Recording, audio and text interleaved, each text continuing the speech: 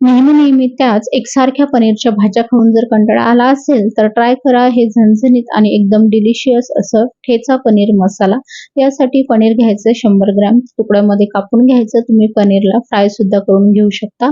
ठेचा बनवण्यासाठी मिक्सरच्या जारमध्ये 15-20 हिरव्या मिरच्या, 10 ते 12 लसूणच्या पाकळ्या, 1 इंच आल्याचा तुकडा, भरपूर कोथिंबीर आणि 2 टेबलस्पून शेंगदाणे घालून मिक्सरला हे उबड-धुबड वाटून घ्यायचं। पॅन मध्ये 2 चम्मच तेलामध्ये 1 चम्मच जिरं, 2 हिरव्या मिरच्या, 1 कलमीचा तुकडा आणि 2 मीडियम साईजचे कांदे चॉपरला चॉप करून कलर चेंज होईपर्यंत परतून घ्यायचे।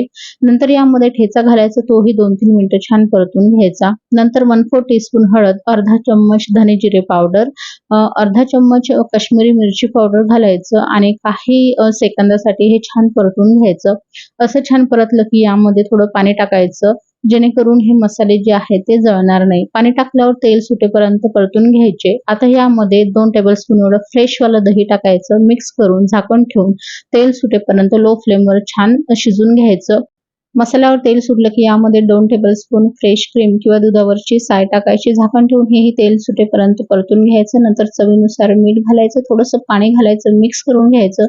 पनीरचे कापलेले तुकडे, वरून बारीक चिरलेला कोथिंबीर, 1 चम्मच कसुरी मेथी, 1 चम्मच गरम मसाला टाकायचा, मिक्स करून 4-5 मिनिटं मीडियम फ्लेमवर शिजवायचं आणि तयार झाली आहे मस्त झणझणीत ठेचा पनीर मसाला।